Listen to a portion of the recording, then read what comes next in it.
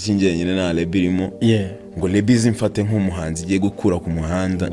Sigiye jewe gusa ni inama ndi kugira abandi bahanzi bamaze buri maso y'inyana uzanguresha ibara rega nakoze baba leta abagorizana.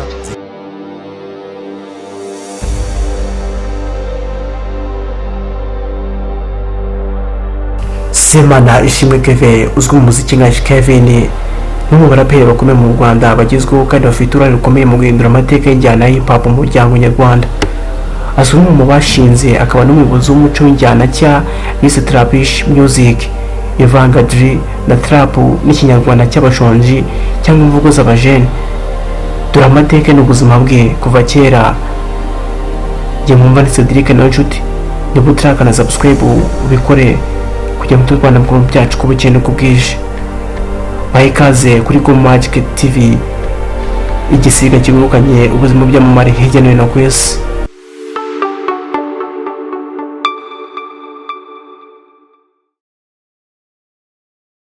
Kevin yavutse ku itariki 13 Ugushyingo mu 1997 i Kigali mu Rwanda. Gukura kwe yakuriye mu mujyi wa Kigali, aho yakunze cyane umuziki n'umuco wa hip hop kuva akiri muto, bituma agira inzozi zo kuza umuraperi ukomeye.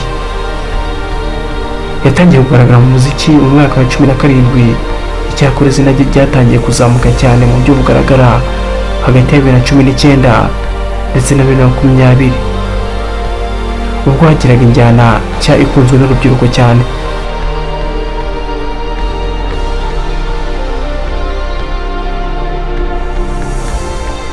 Uyu musore yamamaye cyane binyuze mu ndirimbo zagiye zica amarenga yitwa Amakosi, Waki Waki, No Cap n'izindi.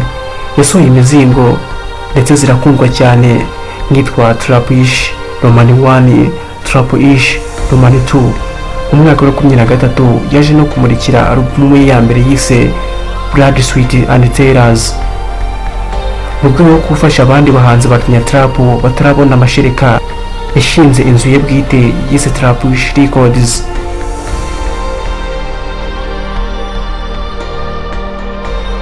Uyu Kevin kandi yaje no gutoranywa muri radiyo ikomeye mu Bufaransa nk'umuraperi mwiza w'icyumweru ku isi yose, asimbuye icyamamare Olomide wo muri Nigeria. Yagiye ku rutonde rw'abaraperi 12 b'abahanga muri Afurika 2021 bakozwe n'ikinyamakuru Alternative.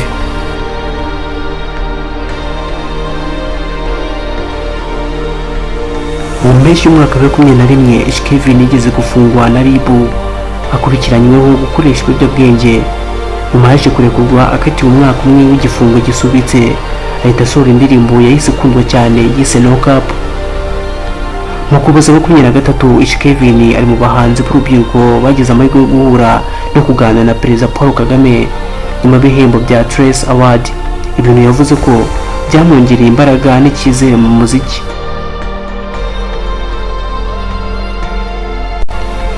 Yatunguye abantu benshi aho yiyemeje guhindura umuvuno akareka burundu kunywa itabi cyangwa gukoresha ibindi biyobyabwenge mu buzima bwe, akigura gukora akazi ke n'ubwenge buri ku murongo.